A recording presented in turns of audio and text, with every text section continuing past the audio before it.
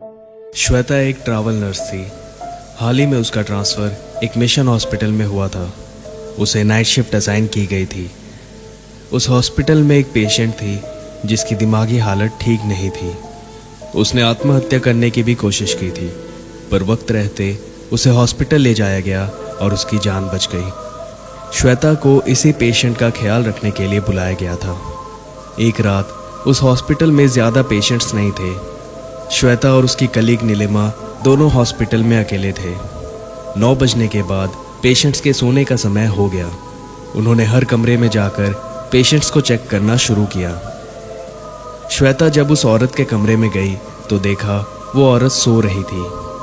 उसने lights off की और दरवाज़ा बंद कर दिया। हॉस्पिटल में कोई रश नहीं था, इसीलिए वो दोनों अब नर्स रूम में जाकर बैठ गए। रात के 2 बजे उन्हें एक कमरे से इमरजेंसी सिग्नल आया। श्वेता उस कमरे की तरफ जाने लगी। जब वो उस वार्ड में पहुंची तो उसे ऐसा लगा जैसे कोई उसके पीछे चल रहा हो। उसने मुड़कर देखा तो वहां कोई भी नहीं था। उसने पूछा, नीलिमा, तुम हो क्या? पर कोई जवाब नहीं मिला। अपना वहम समझकर उसने इस बात को नजरअंदाज किया।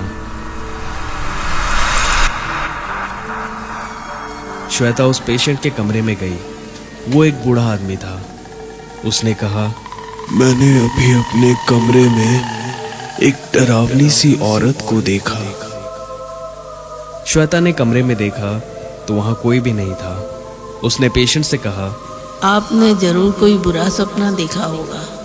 ऐसा कहकर उसने उसे बेड पर लेटा दिया और वापस नर्स रूम चले गई। रात के 2:30 बजे श्वेता और नीलिमा दोनों बैठकर बातें कर रहे थे। तभी उन्हें दरवाजे के बाहर कुछ आवाज आई।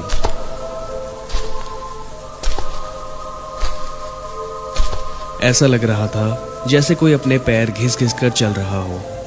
तभी उनके दरवाजे पर किसी ने दस्तक दी। वो दोनों एक दूसरे की तरफ देखते रहे। उन्हें कुछ समझ नहीं आ रहा था। श्वेता जैसे ही दरवाज़ा खोलने के लिए आगे बढ़ी तो नीलिमा ने उसे रोक लिया। नीलिमा ने कहा, हॉस्पिटल के सारे पेशेंट्स तो बेड रिडन हैं, फिर इतनी रात को नर्स रूम में कौन आया होगा? नीलिमा की बात सही थी। वो दोनों चुपचाप टेबल के पास बैठ गए। उन्हें कदमों की आवाज़ साफ सुनाई दे रही थी, जैसे वो चीज़ वहाँ से दूर जा रही हो।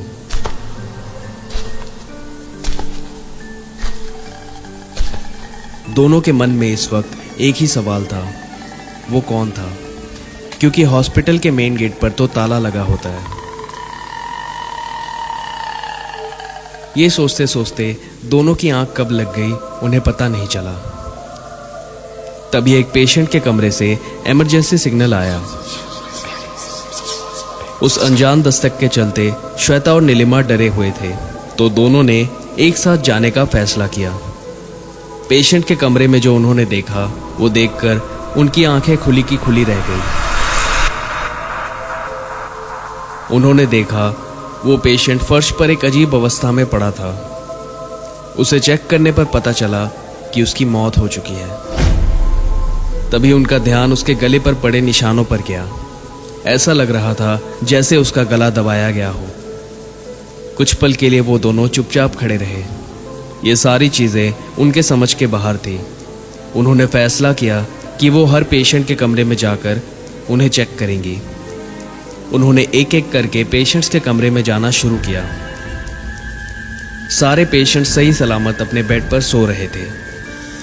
आखिरी कमरा उस औरत का था जिसकी देखभाल के लिए श्वेता को बुलाया गया था। जब वो उस कमरे में गए तो उन्होंने देखा वो अपने बिस्तर पर सो रही थी। अब उन्होंने फैसला किया कि वो नर्स रूम में जाकर उस बूढ़े पेशेंट की डेथ के बारे अपने सीनियर को रिपोर्ट करेंगे।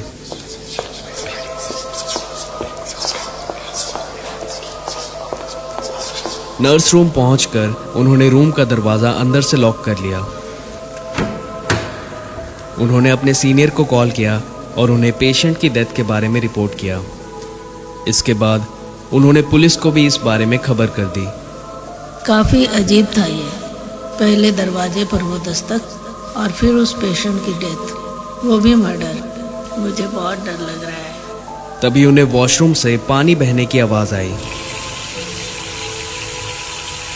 श्वेता ने जब वॉशरूम का दरवाज़ा खोला तो देखा वो औरत जिसकी देखभाल के लिए उसे बुलाया गया था उसके सामने खड़ी थी। उसके हाथों में एक ब्लेड का टुकड़ा था।